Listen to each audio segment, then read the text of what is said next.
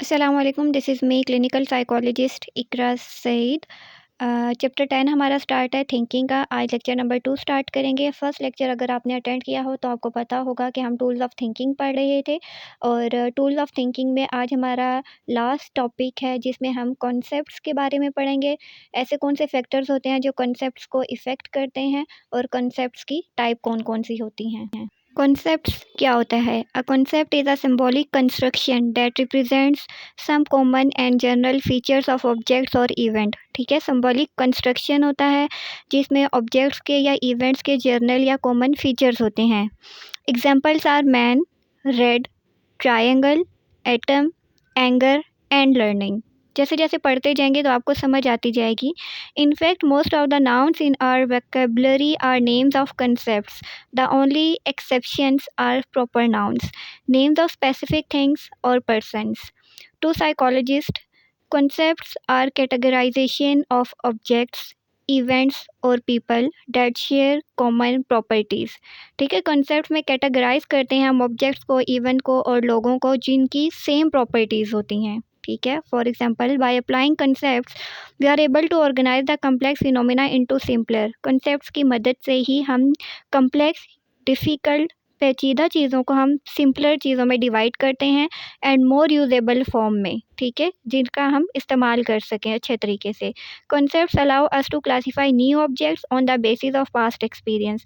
Concepts की मदद से ही पास्ट एक्सपीरियंस की बेस पे हम न्यू ऑब्जेक्ट्स को क्लासीफाई करते हैं, आइडेंटिफाई करते हैं। The human ability to form concepts as to enable divide things into classes. concepts की मदद से हम चीज़ों को क्लासेस में डिवाइड करते हैं। With the concept of red, for example we can sort objects into red and non red. अगर कॉन्सेप्ट का रेड का कॉन्सेप्ट हमें दिया जाता है तो हम रेड चीज़ों को और जो चीज़ें रेड नहीं हैं उनको अलग करेंगे। ठीक है, with the concept of fruit we can classify things into fruit and not fruit. ठीक है, कंसेप्ट की मदद से ही हम बताएंगे कि ये फ्रूट है और ये फ्रूट नहीं है, ये वेजिटेबल है या कोई और चीज़ है। ठीक है, द फीचर और features we select, define the concept and form the basis for making classification. Since concepts are ways of classifying diverse element. ठीक है, कॉन्सेप्ट की मदद से ही हम चीज़ों को क्लासीफाई करते हैं। किसको क्लासीफाई करते हैं? Diverse elements in the world around us. हमारे इर्द गिर्द जो डिफरेंट एलिमेंट्स हैं उनको हम रिकग्नाइज़ करते हैं कि एक एलिमेंट दूसरे एलिमेंट से डिफरेंट कैसे है।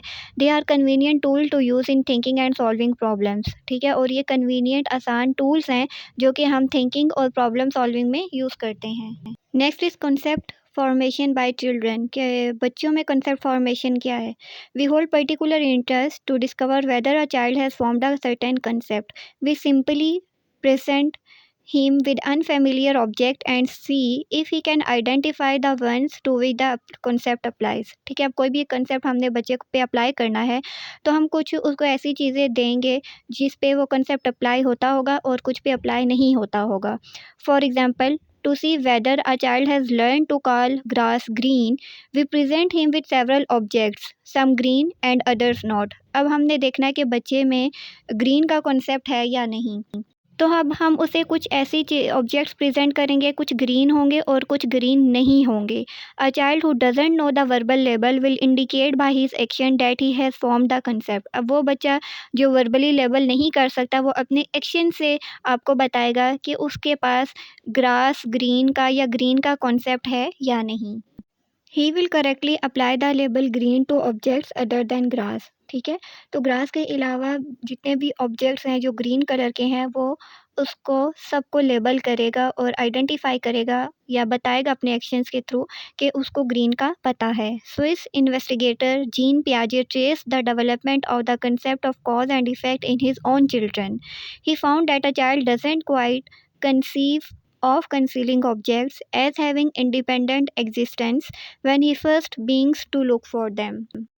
जैसे आगे पढ़ते जाएंगे आपको समझ आता जाएगा। अब जीन पियाजे जो है वो कॉज एंड इफ़ेक्ट की बात करता है। A young baby has no organised concept of space and movement.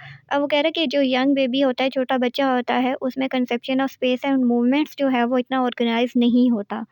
When he forms the concept, it is centered on his own body. Later, he develops a concept of space in which he sees objects in a definite location, even when out of sight. Piaget concluded that the concept of mass, weight and volume are developed gradually. ठीक है, तो प्याजे के according के ये जो concepts होते हैं, for example math का कॉन्सेप्ट है, वेट का है या वॉल्यूम का है, ये टाइम के साथ साथ बच्चे में डेवलप होते हैं। Piaget's theory of cognitive development emphasizes the process of assimilation। अब यहाँ पे जीन पियाजे की जो स्टेजेस हैं, चाइल्ड जिन जिन स्टेजेस से गुजरता है, कॉग्निटिव डेवलपमेंट होती है बच्चे में, उस पे बात करता है। सबसे पहले इसने प्रोसेस ऑफ एसिमिलेशन की बात की है। अब एसिमिलेशन क्या होता है कि integrating new information into existing schemas, कि न्यू इन्फॉर्मेशन को पहले वाली जो इन्फॉर्मेशन हमारे पास होती है उसमें इंटीग्रेट करना, मीन्स मर्ज करना, यूनाइट करना, ऐड करना। ठीक है, नेक्स्ट कंसेप्ट में उसने अकोमोडेशन की बात की है। अकोमोडेशन क्या होता है कि creating schemes of new information में फिट होना या न्यू इन्फॉर्मेशन को अंडरस्टैंड करना। In the sensory motor period the infant coordinate sensory experiences with motor activities. अब सेंसरी एक्सपीरियंस कौन कौन से हो सकते हैं? हमारी जो 5 सेंसेस हैं उससे रिलेटेड जितने भी एक्सपीरियंस होते हैं उसको चाइल्ड कोऑर्डिनेट करेगा मोटर एक्टिविटीज़ के साथ। In the pre operational thought period the child acquires language, is egocentric and learns to represent the environment with symbols. ठीक है, आगे इसका टेबल बना के ना इसको फिर से समराइज़ करेंगे और ये कंसेप्ट भी बताऊंगी कि ईगोसेंट्रिक क्या है। In the concrete operations period, the child develops conservation and reversal. In the formal operations, the adolescent is capable of abstract logical thinking। ठीक है, अब abstract logical thinking क्या है ये भी आगे पढ़ते हैं जब हम टेबल में इसको डिस्कस करेंगे। In short, psychology use the term concept formation और concept learning to refer to the development of the ability to respond to common features of categorizes of objects और इवेंट्स। ठीक है, हमारे पास जो भी इवेंट्स होते हैं, ऑब्जेक्ट्स होते हैं, उनको रिस्पॉन्ड करना, उनके कॉमन फीचर्स को अंडरस्टैंड करना और एक इवेंट या एक ऑब्जेक्ट दूसरे से किस तरह से डिफरेंट है, इन सारी चीज़ों को अंडरस्टैंड करना कंसेप्ट कहलाता है। A concept refers to a set of features with one or more properties in common. ठीक है, concepts allow us to classify objects and events. In learning a concept, we must focus on the relevant features and ignore that are irrelevant features। ठीक है, same बात है कि जो relevant features हैं उन पे फोकस करना और जो इररेलेवेंट है उनको इग्नोर करना। For instance, paper bags and hard cover editions are all books, but we must also discriminate on the basis of relevant features। A stack of papers is not a book। ठीक है, तो अगर papers का एक bundle है, stack है, तो हम उसको बुक नहीं कहेंगे, बल्कि बुक जो है उसके अपने फीचर्स होते हैं। ठीक है, तो अब हम नेक्स्ट जो है वो समरी ऑफ पियाजे स्टेजेस जो है उसको फोकस करते हैं। फर्स्ट कॉलम में age range, second column stages and the third column is major characteristics. Important question है ये, जब हम थेरीज पढ़ते हैं ना तो थेरीज में भी ये इम्पॉर्टेंट है, क्वेश्चन आराम से आ जाता है। शॉर्ट में भी पूछा जा सकता है, लॉन्ग में भी। शॉर्ट में पूछा जाए ऐसे टेबल बना दी, लॉन्ग में पूछा जाए तो आप इसी को पैराग्राफ की फॉर्म में लिखें। फर्स्ट स्टेज जो है वो बर्थ से लेकर 2 ईयर्स तक होती है और इसको सेंसरी मोटर स्टेज कहा जाता है। करेक्टरिस्टिक्स की बात करें तो development of object permanence, development of motor skills, little capacity for symbolic representation. ठीक है, अब ऑब्जेक्ट परमानेंस क्या होता है कि फॉर एग्जांपल अक्सर हम जब बच्चे से कोई चीज़ छुपाते हैं तो हम चीज़ अपने पीछे रखते हैं और बच्चे को कहते हैं ओह गुम गई। ठीक है, तो अब जो बच्चा है वो सेंसरी मोटर स्टेज अभी उसने डेवलप नहीं हुई उसकी, तो वो समझेगा कि चीज़ जो है वो डिसअपीयर हो गया है। लेकिन वो बच्चा जो सेंसरी मोटर डेवलपमेंट जिसकी हो चुकी है, अगर चीज़ उसके सामने आप गायब कर भी दें तो फिर भी वो अंडरस्टैंड कर लेगा कि चीज़ गायब नहीं हुई, बल्कि यहीं कहीं पे रखी है और वो उस चीज़ को सर्च करेगा और ढूंढ लेगा। तो सिंपल वर्ड्स में ऑब्जेक्ट परमानेंस का मतलब ये हुआ कि चीज़ आपने बच्चे के सामने हाइड कर दिया लेकिन फिर भी बच्चा उस चीज़ को फाइंड आउट कर लेगा। Next stage is pre operational stage जो कि 2 से 7 ईयर्स तक होती है। इसके करैक्टरिस्टिक्स में क्या है, development of language and symbolic thinking. अब सिंबॉलिक थिंकिंग क्या होती है कि जो चीज़ें वहाँ प्रेजेंट नहीं होती, बच्चे को उसके बारे में सिंबल्स का आइडिया होता है। और उसके अलावा बच्चे की जो थॉट्स हैं ना, वो ईगोसेंट्रिक होती है। ईगोसेंट्रिक क्या होता है कि वो दूसरे के व्यू पॉइंट को समझ नहीं सकता, बल्कि वो कहता है कि इर्द-गिर्द उसकी जितनी भी चीज़ें हैं ना, वो उससे ही रिलेट करती हैं, ऐसा ये बच्चा सोचता है। वो किसी दूसरे का व्यू पॉइंट अंडरस्टैंड नहीं कर सकता। इसको हम कहते हैं ईगो सेंट्रिक थिंकिंग। ठीक है, तो चाइल्ड क्या सोचेगा, everything that happens is related to him or not. ठीक है, नो अदर व्यू पॉइंट, दूसरे का व्यू पॉइंट वो अंडरस्टैंड नहीं करेगा। Third stage is concrete operational stage. और एज जो है ये 7 टू 12 ईयर्स होती है यहाँ पे बच्चे की। मेजर करैक्टरिस्टिक्स की बात करें तो डेवलपमेंट ऑफ कंजर्वेशन, कन्वर्सेशन नहीं है बल्कि कंजर्वेशन है। Mastery of concept of reversibility. अब दो कंसेप्ट यूज़ हुए हैं यहाँ पे, एक कंजर्वेशन का और दूसरा रिवर्सिबिलिटी का। इसको अंडरस्टैंड करने की कोशिश करते हैं। First one is conservation. Conservation refers to a logical thinking ability that allows a person to determine that a certain quantity will remain the same despite adjustment of the container shape or apparent size, according to the psychologist Jean Piaget. Psychologist Jean पियाजे के according इसमें बच्चा जो है ना, logical thinking start कर देता है। उसमें ये एबिलिटी होती है कि वो चीज़ों की लॉजिक को अंडरस्टैंड कर सके। उसको पता होता है कि किसी भी चीज़ की क्वांटिटी जो है उसको बेशक कंटेनर का साइज़ चेंज कर दो। फॉर एग्जांपल एक ग्लास में पानी है, ठीक है। अब वही पानी किसी बड़े कंटेनर में डाल दो तो वो बच्चा इस लॉजिक को अंडरस्टैंड करेगा कि ये कंटेनर बड़ा हो गया है, पर जबकि पानी की क्वांटिटी सेम ही है। ठीक है, तो कंटेनर की साइज़ शेप बेशक चेंज कर दो, बच्चे को पता होता है पहले भी क्वांटिटी इतनी थी, अब भी क्वांटिटी सेम है। Second concept is reversibility, a mental operation that reverses a sequence of events. ठीक है, कोई भी इवेंट है उसका उसका सीक्वेंस जो है ना, उसको रिवर्स अगर करें और रीस्टोर कर दें, change state of affairs to the original condition.